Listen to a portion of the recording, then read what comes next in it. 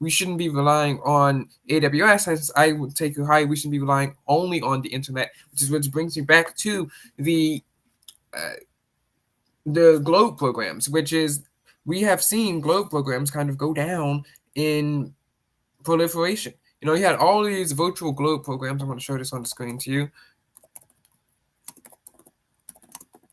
But now it's just Google Earth, which of course only works over the internet, which I don't think is a good thing, because if you're able to get these virtual globe programs to work in 1997, of course, not going to work over the internet because the internet physically was too, didn't have much bandwidth.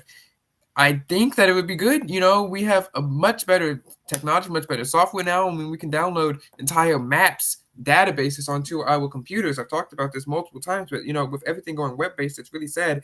And Chrome apparently has more lines of code than Windows. I'm not sure if that's true, but if that is true, that's even sadder, because it shows how much that we rely on our browsers. Our browsers are basically the only tool that we need, and that's why Chromebooks are now, I think, number 2 or number 3. You kind of trade off with Macs. Number 2 and number 3, desktop operating system. Of course, it's wildly crushing Linux, which, as it should. Linux is a horrible operating system. It has a horrible community surrounding it, and I think it's really sad, because when we see some stuff like this, it really does not drive innovation, or innovation is kind of shot, because you think, oh, it's on the internet, it's fine.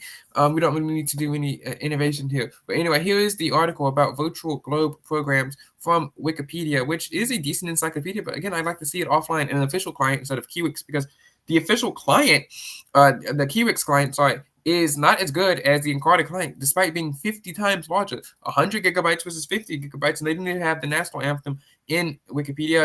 I don't think they had all the images in Wikipedia. I did an entire comparison video on that. You guys can go check it in the comments below. But this is a virtual globe software. This is NASA World Wind. I mean, look at how cool this looks right here. And I think some of these software from Encarta, actually, from 2005, 2009, still has not been matched yet. The Encarta timeline, the Encarta statistics application, all of that just simple, easy in one application, instead of having to go all around and have to go to some website. Maybe you have to use some advertisements. It's annoying. And of course, if the website were to go down, like some of the websites did go down, then you're cooked. It's over for you. You can't really use it, and you have to go back to Encarta. Encarta is probably not as secure anymore. I mean, it's almost 20 years old. It's from 2009. It's not been updated.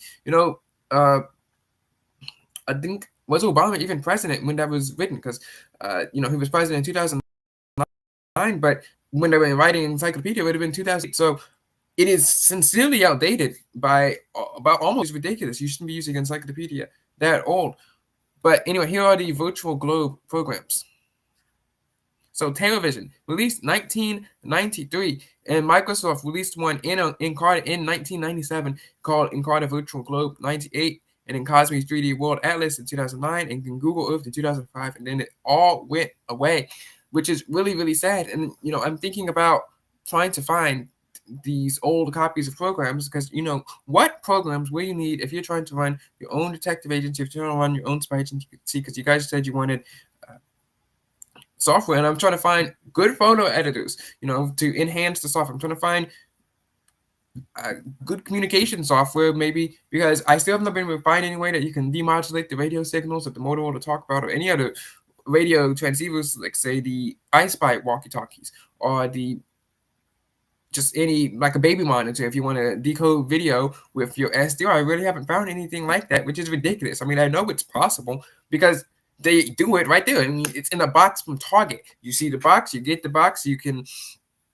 see your baby monitor signals. I know some of them are encrypted, some of them may not be, but I need to know how this works, because this communication technology is really important. Of course, you're going to want to have your own globe program. I'm thinking about having your own maps program. That'd be really key, really vital for making your own maps for Nerf gun fights, for Nerf gun battles. We have software that allows you to create a home plan, home design 3D, which is really good. But you need to go outside sometimes. Sometimes you need to fight outside the confines of your headquarters, and sometimes you need to go outside and fight in the fields. Sometimes, you never know when you have to fight in the fields. And if you want to have a good base, you're going to want to have cameras. You can see everything and you can communicate back to your base. You're going to want to be able to talk to your commanders. You're going to be able to want to talk to all your agents outside there. And of course, you're going to want to be able to simulate how fast and how far that your nerf darts are going to go. I'm trying to get Grok and Gemini to help code me code for this. Some of the code is not that good, honestly. It looks like it was drawn in paint. Maybe I could put some screenshots up on the screen.